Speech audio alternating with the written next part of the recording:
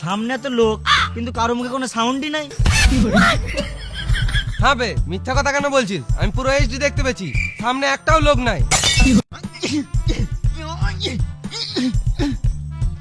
ঝগড়া করবি? মেয়ে মানুষ বলিস নাকি কথায় কথায় ঝগড়া করবি?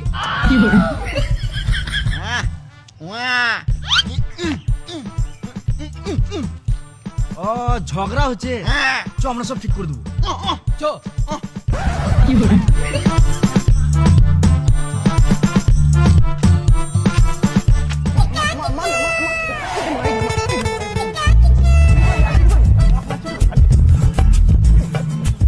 কি হয়েছে দাদা? ফোন চুরি করে লিয়েছে আমার। কি ফোন মেরে লিয়েছে তোমার?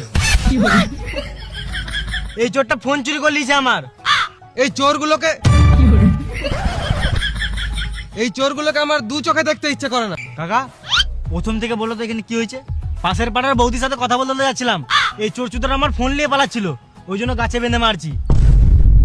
বেশ ঠিক আছে, তুমি চোরটাকে মারো, আমাকে বৌদির অ্যাড্রেসটা দাও, আমি ঘুরে আসি। আমার বৌদির অ্যাড্রেস তোমাকে কি গানা মাথায় দেবো? আমার মাল আমি খাবো। ও কি ভুল করেছে? এক মুঠো ভাতই তো খেয়েছে। তোমাদের এত বাজে মানসিকতা, এক মুঠো ভাতের জন্য ছেলেটাকে বেঁধে মারছো।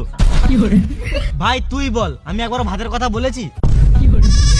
চুপ করে আছিস কেন? বল ভাই বল, আমি একবার ভাতের কথা বলেছি?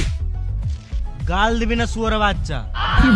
বেশ, বেশি গাঁড় পাকাও মেরে লাভ নাই, ওইসব বাদ দাও, অনেক রাত হয়ে গেছে, সবাই নিজের নিজের ঘর যাও। আমাদের ব্যাপার আমি বুঝে নেবো, তোদেরকে বেশি গাঁড় গলাতে হয় না, তোরা ঘর যা। আমি কেন মরবো? তুই মরকা শুয়োরের বাচ্চা। এই মানা, আমি কখন মরতে বললাম?